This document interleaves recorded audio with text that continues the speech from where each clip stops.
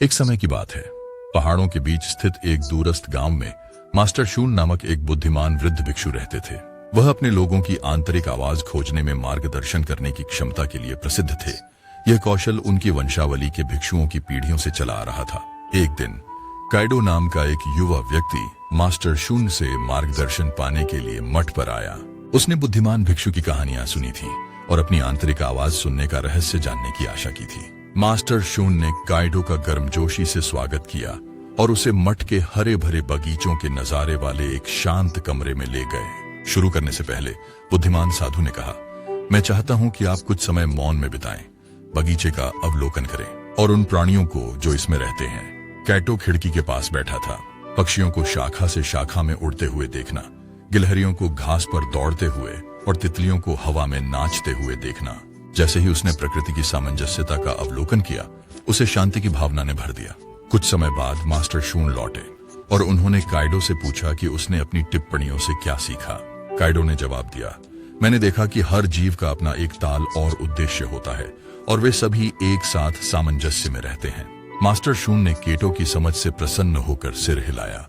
अब मैं आपको एक कहानी सुनाता हूँ, उन्होंने कहा, आरामदायक कुर्सी में बैठते हुए। एक बार की बात है, एक युवा भिक्षु था जो पहाड़ों में एक मठ में रहता था। वह अपनी पढ़ाई और ध्यान में मेहनती था, लेकिन वह अपनी आंतरिक आवाज को सुनने के लिए संघर्ष करता था। दिन उसके गुरु उसे पास की गुफा में ले गए, जहां उन्होंने एक छोटा साफ पानी का तालाब पाया। मास्टर ने युवा भिक्षु को पोखर में देखने और जो कुछ देखा उसे वर्णित करने के लिए कहा।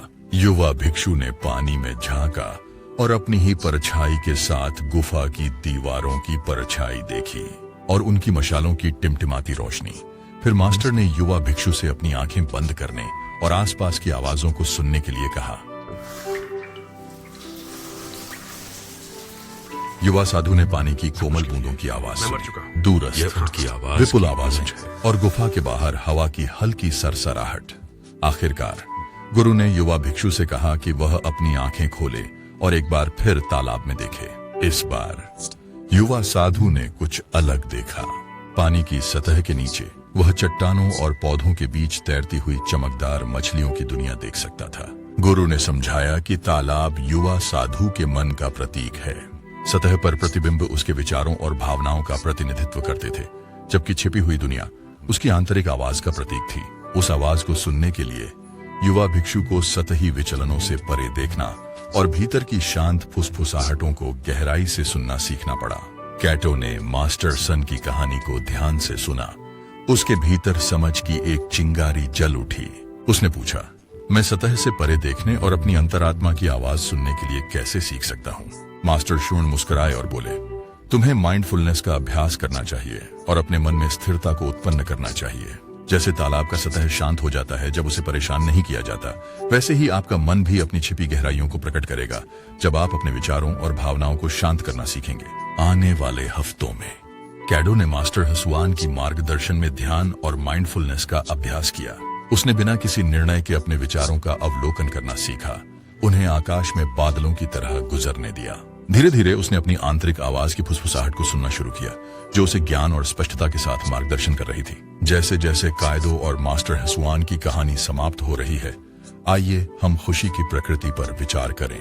खुशी जैसे आंतरिक आवाज अक्सर हमारे अस्तित्व की गहराइयों में पाई जाती है, हमारे विचारों और भावनाओं के सतही विकर्षणों से परे।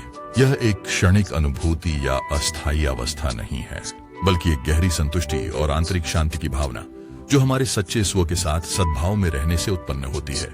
खुशी को विकसित करने के लिए हमें अपनी आंतरिक आवाज को सुनना सीखना चाहिए। इसे जीवन की यात्रा पर हमारा मार्गदर्शन करने देना चाहिए। माइंडफुलनेस और स्थिरता को अपनाकर हम अपने मन के शोर को शांत कर सकते हैं और हमारे भीतर निवास करने वाली बुद्धि को सुन सकते हैं। ऐसा करते समय हम पाते हैं कि खुशी किसी ऐसी चीज की नहीं है जिसे प्राप्त किया जा सके या उसका पीछा किया जा सके, बल्कि यह एक स्वाभाविक अवस्था है जो तब उत्पन्न होती है जब हम अपने सबसे गहरे मूल्यों और आकांक्षाओं के साथ संरेखित होते हैं। प्राचीन दार्शनिक लाओ त्जू के शब्दों में खुशी खुशी की तलाश की अनुपस्थिति है।